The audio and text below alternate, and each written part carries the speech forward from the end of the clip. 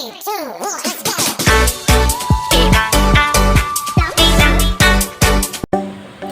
Assalamualaikum warahmatullahi wabarakatuh. Perkenalan, saya Anazwa Julisya Azara, kelas R2H. Di sini saya akan menjelaskan materi tentang logika dalam filsafat ilmu. Pengertian logika berasal dari bahasa Yunani yaitu logos, seperti ucapan, kata, akal, budi, dan ilmu.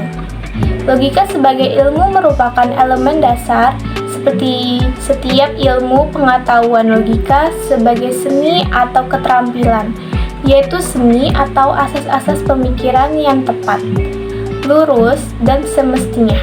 Logika sebagai keterampilan adalah seni atau kecakapan menerapkan hukum-hukum atau asas-asas pemikiran itu agar menalar dengan tepat, teliti, dan juga teratur.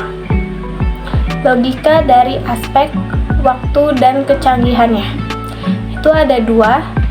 Logika tradisional, cara berpikir yang sederhana yang berdasarkan kodrat atau naluri fitrah manusia yang sejak lahir sudah dilengkapi alat berpikir.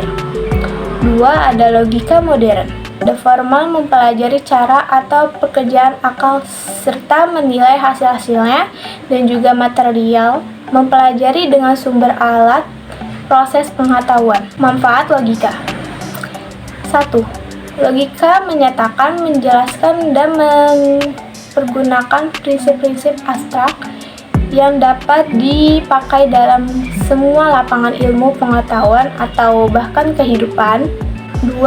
Logika menambah daya berpikir abstrak dan dengan demikian melatih dan mengembangkan daya berpikiran dan menimbulkan disiplin intelektual. 3. Logika mencegah kita tersesat oleh segala sesuatu kita memperoleh berdasarkan otoritas, emosi, dan prasangka. 4. Logika membantu kita berpikir sendiri dan tahu membedakan yang benar dan salah atau palsu.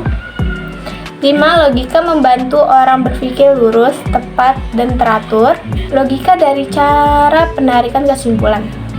Ada logika induktif, yaitu proses penarikan kesimpulan dari kasus-kasus individual, suatu proses pencapai kesimpulan umum.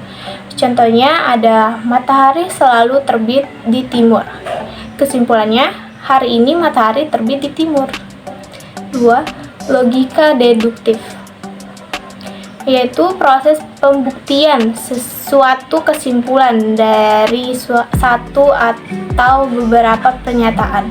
Contohnya ada setiap hewan adalah makhluk hidup atau jerapah adalah hewan. Kesimpulannya, jerapah adalah makhluk hidup. Ada persoalan induktif dan deduktif. Induktif, akal bertolak dari pengetahuan yang konkret atau khusus selalu menyimpulkan hal yang lebih umum.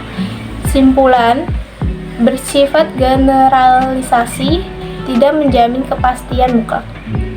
Dan ada deduktif, akal bertolak dari pengetahuan yang lebih umum untuk menyimpulkan hal yang lebih khusus.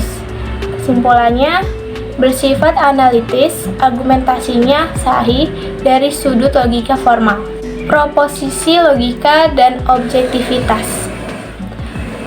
Proposisi adalah pernyataan yang terstruktur untuk mencapai sebuah kesimpulan. Proposisi dalam logika akan membangun sebuah kebenaran ilmiah. Kebenaran ilmiah yang logis ditandai dengan hadirnya objektivitas. Silogisme, proses penarikan kesimpulan secara deduktif, kesimpulan dari dua proposisi atau pernyataan, dan sebuah konstruksi atau kesimpulan. Ragam silologis ada 3 macam, yaitu silogisme kategorik, semua proposisinya merupakan kategorik. 2. Silogisme hipotetik. Argumen yang premis mayornya berupa proposisi hipotetik, sedangkan premis minornya adalah proposisi kategorik. 3. Silogisme disyuntif. Premis mayornya merupakan keputusan disyuntif, sedangkan premis minornya bersifat kategorik yang mengakui atau mengingkari salah satu alternatif yang disebut oleh premis mayor. Sekian dari saya. Mohon maaf bila ada yang salah. Wassalamualaikum warahmatullahi wabarakatuh.